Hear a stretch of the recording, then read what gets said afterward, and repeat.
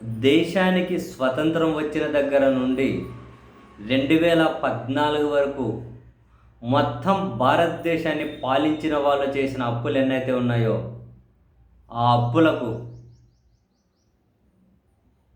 కొన్ని డబల్ ట్రిపుల్కు మించి 10 సంవత్సరాల్లోనే నరేంద్ర మోదీ గారి నాయకత్వంలోనే ఇప్పటి కేంద్ర ప్రభుత్వం అప్పులు చేసింది. సరాసరి ఈరోజు పుట్టిన పసిబిడ్డ నుండి ఈరోజు పోయేవన్న అంటే పండు ముసలి వరకు కూడా, పుట్టిన పసికందు నుండి పండు ముసలి వరకు కూడా ఒక్కొక్కరి నెత్తిన 1,27,000 రూపాయలు భారతదేశం చేసినటువంటి అప్పు ఉంది ఒక్కో నెత్తి మీద. మన రాష్ట్రం వాళ్ళు మన వాళ్ళు చేసిన అప్పులు ఉంటాయి, వాళ్ళు చేసిన అప్పులు ఉంటాయి. ఒక్కొక్కరి నెత్తి మీద చేసిన అప్పు. ఇన్ని చేసి వీళ్ళు ఏమైనా కనుక పేదరికం పోగొట్టారా, నిరుద్యోగాన్ని తగ్గించారా, ధరలు తగ్గించారా, ఏం సాధించారు? ఇన్ని అప్పులు చేసి అవి ఏదో ఒక మార్గంలో మళ్ళీ కార్పొరేట్స్ దగ్గర పోయినట్టున్నాయి.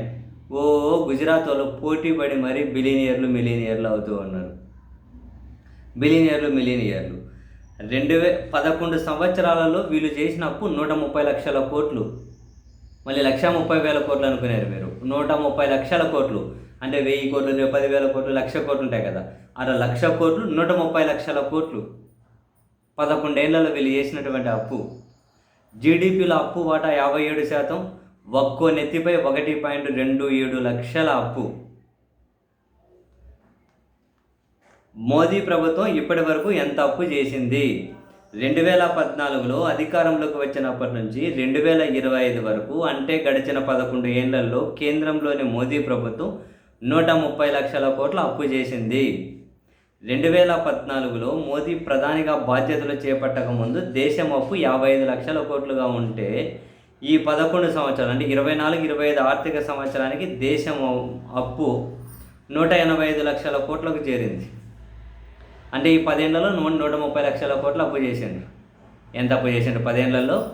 130 లక్షల కోట్ల అప్పు. సంవత్సరానికి ఎంత? 13 లక్షల కోట్ల అప్పు. సంవత్సరానికి 13 లక్షల కోట్ల అప్పు. దేశానికి స్వతంత్రం వచ్చినప్పటి నుంచి ఏ ప్రధాని హయాంలో ఎక్కువగా అప్పులు తీసుకోవడం జరిగింది? ప్రశ్న.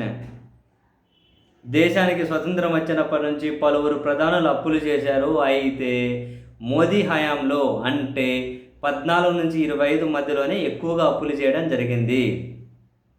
2014లో దేశం అప్పులు 55 లక్షల కోట్లుగా ఉంటే 24-25కు 185 లక్షల కోట్లకు చేరాయి. అంటే ఈ 11 ఏళ్లలో 130 లక్షల కోట్ల అప్పు కేవలం మోదీ హయాంలోనే జరిగింది. జీడిపిలో దేశ అప్పు ఎంత శాతంగా ఉన్నది?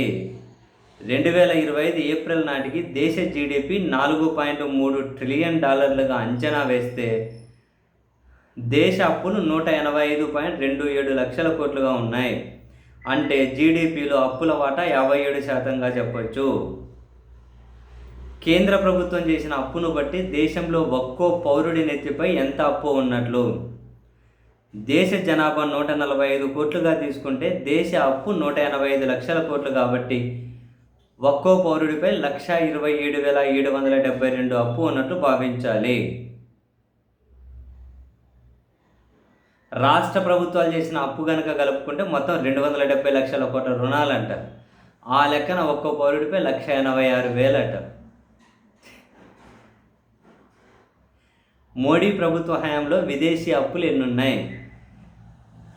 మోదీ ప్రభుత్వ హయాంలో 2014 నుంచి 24 వరకు విదేశీ అప్పులు కూడా గణనీయంగా పెరిగాయి.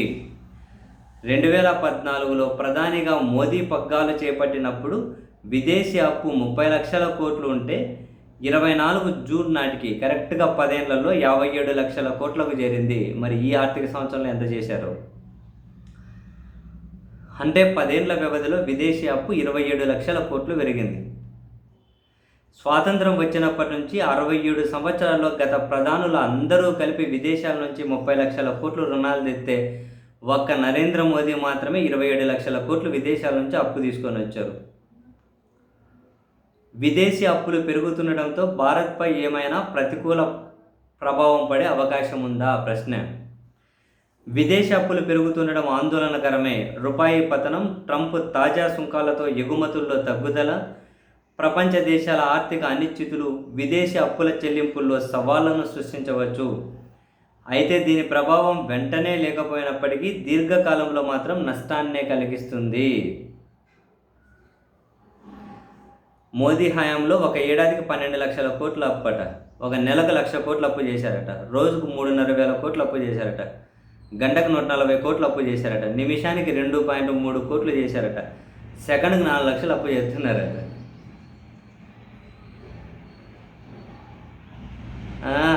పండగ వేసుకోవాలి. మనకి ఇవన్నీ ఎందుకు? కులం, మతం, దేవుడు, ఇవన్నీ ఎవడికి కావాలబ్బా? మతము, దేవుడు. ఇంకొకరి మీద ఉమ్మాలి, కక్కాలి, సిమ్మాలి, కొట్టాలి, విషయం చెమ్మాలి, ద్వేషం ప్రదర్శించాలి, అసూయ ప్రదర్శించాలి. అసూయలన్నీ వాట్సాప్లో ఫార్వర్డ్ చేయాలి, వాట్సాప్ స్టేటస్లో పెట్టాలి, కింద ఓ 3 అక్షరాల పదం నినదించాలి. ఎవడికి ఇవన్నీ ఎవడికి కావాలి? దూల తీర్చేవానికి తీరిపోతానే ఉంది. లాంగ్ రన్లో మామూలు దూల తీరదు. మళ్ళీ బానిసల ప్లేస్లో పోయి ఆగక తప్ప జనం అందరూ మీరు చూస్తుండండి.